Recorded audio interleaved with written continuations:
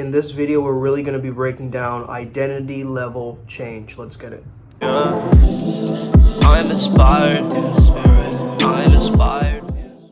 Your features look like? What color is your hair? Are you wearing any jewelry? Hey there guys, how's it going? My name is Sumit Chatterjee from the Flow Zone Academy. And I'm a flow state coach, which means that I help you feel better and perform better. Today we're talking about identity level change, okay? So a lot of people, they are against this idea of fake it till you make it. Like, this was a question that I was exploring when I was in college, right? I was like, is this fake it till you make it thing even real? Like, what's going on here, right? Like, can you actually pretend your way into being a completely different person, right? And the answer that I found was, yeah, you can. You can. There's some nuances there, though. And that's when I came up with my method called TPM, Theatroplasticity Method, which is combining psychology and theater, the theater arts, or drama, together. Now, you may say that, okay, isn't that like drama therapy or like psychodrama or like Gestalt where they like sit No, it's not that. This is more of a philosophy. It's a mental technology that you can use to basically remove obstacles from your life, right? So it's just basically for behavior change, right? Because the role that you play will pave the way.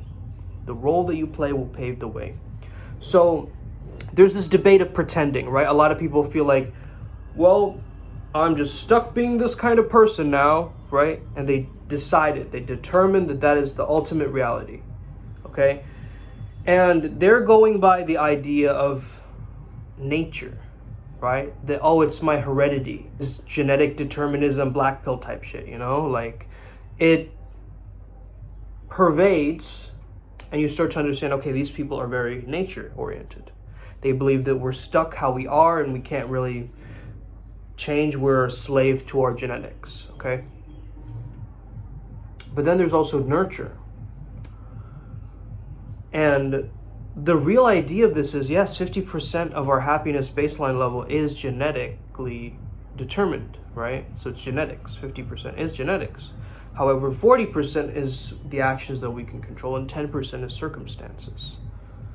So when you look at it like that, it's not just nature, it's also nurture, right? And the nurturing part we can control. So let's be stoic about this, right?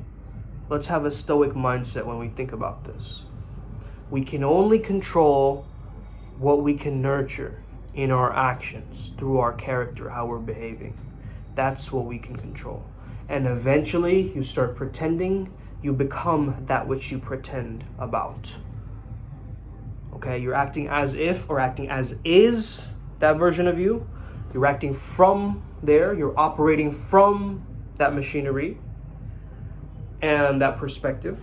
And you're just leaning into that. You're thinking from your goals. You're thinking from your desires, okay?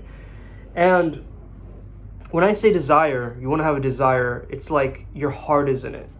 That's what I mean by desire, right? Because we desire with our hearts.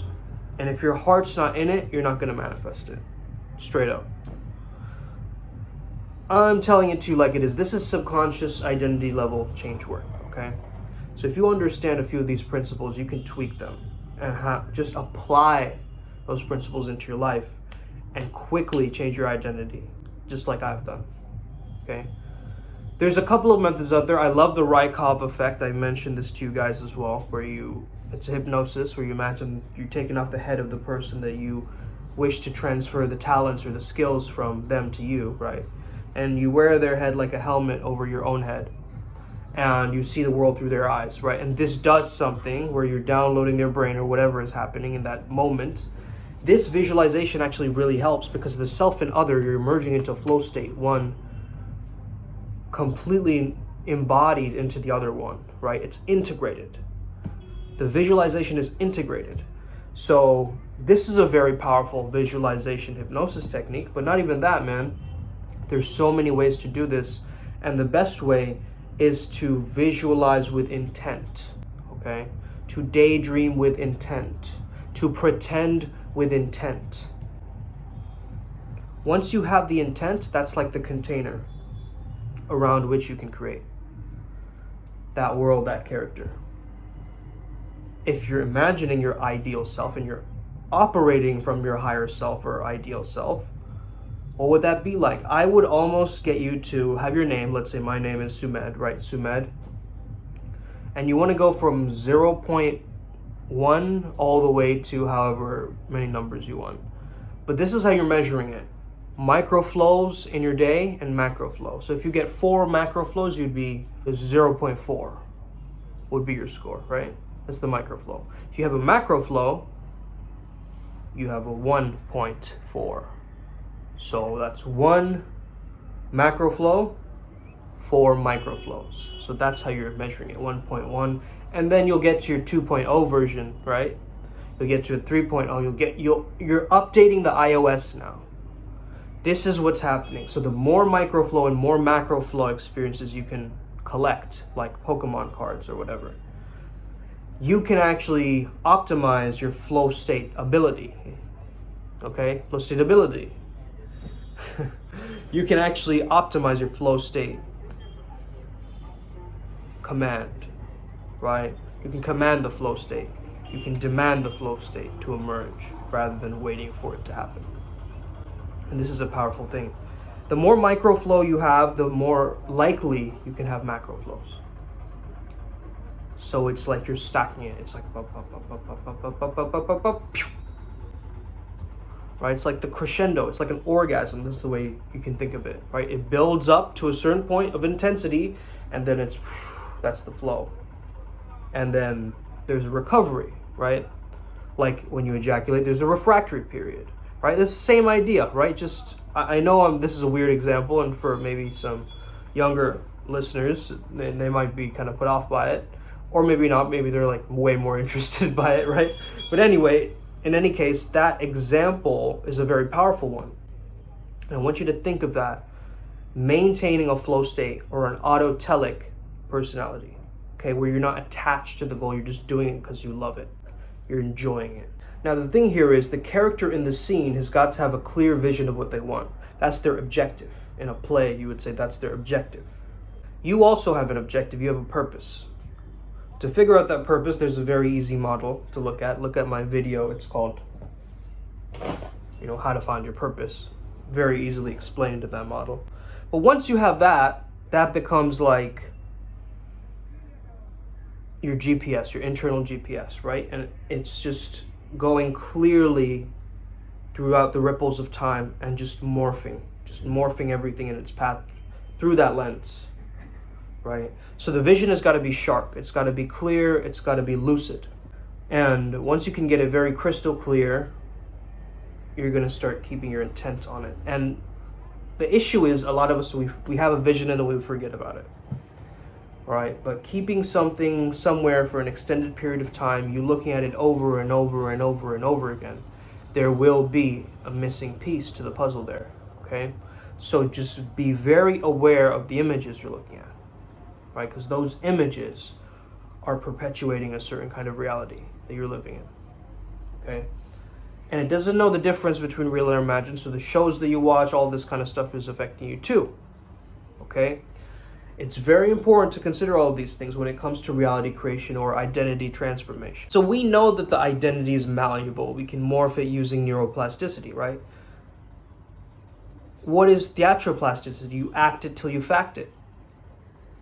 Right? You act or you pretend that version of you until it fuses as a neuron in your mind. You've learned it. It's unconscious. It's autopilot now. Right? So I got this from Aris from his event. One is learning and understanding. That's way more powerful than simply repetition. Understanding, like deep understanding, is way more powerful than repetition when it regards to learning. So you could see one guy like repeat the one thing over and over again, and of course there's muscle memory and all these great attributes to repeating yourself, obviously, right? Because you're making a new hinge in the subconscious, a little dot, an imprint right there. That takes a lot of time, right? But if you truly understand something on a deep level, and your heart is in it, and you fully believe, it's like creating those synapses faster, you could say, right? Because it's going, I've learned it. I've embodied it, not just learned it. I've embodied it. I feel it now in my body, right? So this is another technique where you have to have what is in your body and what you desire and feel within your body to be translated outwards and to understand that you actually have never been seen in that way, right? You might not have ever been seen in that vulnerable way or that vulnerable state. This is why therapy, having a practitioner, having someone hold space for you, or even you in front of a mirror making that connection yourself, right? Whatever it is for you, that space is a sacred space, okay? That's a container that both of you or one of you have built with yourself. So in that space, now we've created basically the time machine, the quantum jump or the quantum leap machine. So the container and the intention is like you getting into that spaceship and ready to launch. Once you are ready to launch, your body will tell you.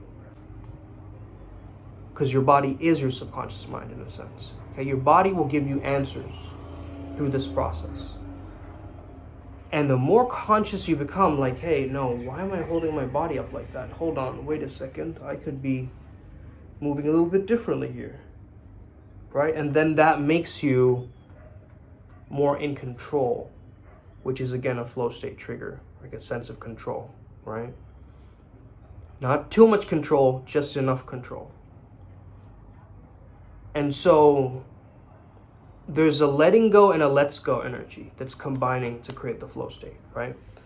And we have to ride that wave of ego death where it crushes down our identity to absolute 0 point consciousness, like there's nothing there, to the point of us exploring that unconsciousness and pulling images that we really enjoy. If you want to find out more about this, definitely hit me up. We can talk about this for hours, but I think it's a very valid point of really wanting to be somebody new.